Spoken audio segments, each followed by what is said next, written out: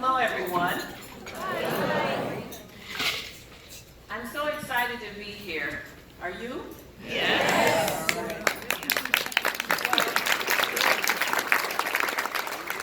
So we're trying to be prompt and try to maintain our time frame because we know many of you have to return to your working environments or where you have to go. So, good afternoon, buenos dias. I am thrilled to look out and see all of the wonderful people here who have decided to join us for our 2018 summit. I've been in the role of the president and CEO of St. Anne's for almost 8 months. Technically 7 months and 27 days. And I'm excited to see how many people care about creating an environment for thriving families and brighter futures. It's nice to have people who already know about St. Anne's and the life-altering work we do with children and families in attendance. But we also welcome everyone who is new to our program's in-depth work with young women, children, and families. Today's conversation is beyond the hashtag movement, how the cycle of shame and silence feeds the foster care to prison pipeline. This discussion is not a political conversation, although it's been politicized of late. This isn't about the entertainment industry, although we're in close proximity to Hollywood. This is a conversation that is often silenced because it makes us uncomfortable. We want our young women to speak up and tell someone if they experience harassment or abuse. Yet we are not comfortable discussing and learning how we can provide awareness and intervention. We have to model the willingness to take the step and to use our voice, even when we may not know what we can do. We may not know how to do it, but what we do know is that we want to help. As you sit at your table, it's important to recognize that you don't have to be a social worker to help.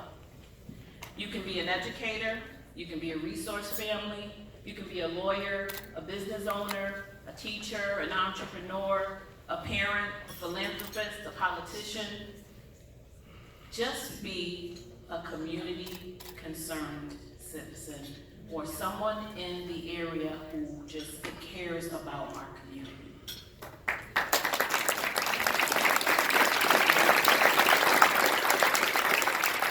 A study in California recently indicated that 81% of girls that have juvenile justice involvement experience one or more incidents of physical or sexual abuse.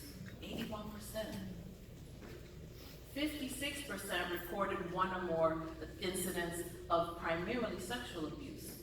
And this cuts across all ethnic backgrounds. But it's primarily seen in our young women who are in foster care. That's a staggering statistic, and it ought to move us to action.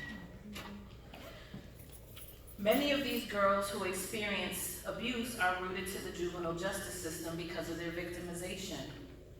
When you understand that sexual abuse is one of the primary predictors of a girl's entry into the juvenile justice system, it means that we need to take action.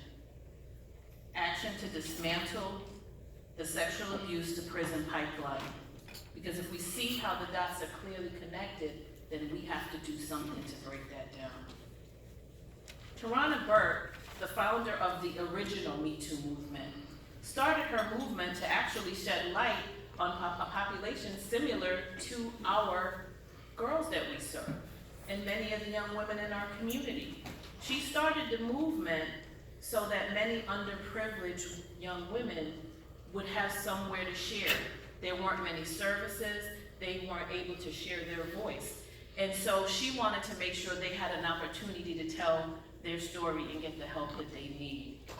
I'd just like to thank all of you for allowing all the young women and adults an opportunity to have their voice be heard. The impact of this conversation should move well beyond this room and this time. Like I said, it may feel a little uncomfortable, but if we don't do something about that and we continue in the silence, we will have a larger problem in our society. So I would like you to just continue in your focus, your attention, Ariel. She is going to come up and provide us with a spoken word poem entitled, "Can I Have Your Cell Number?"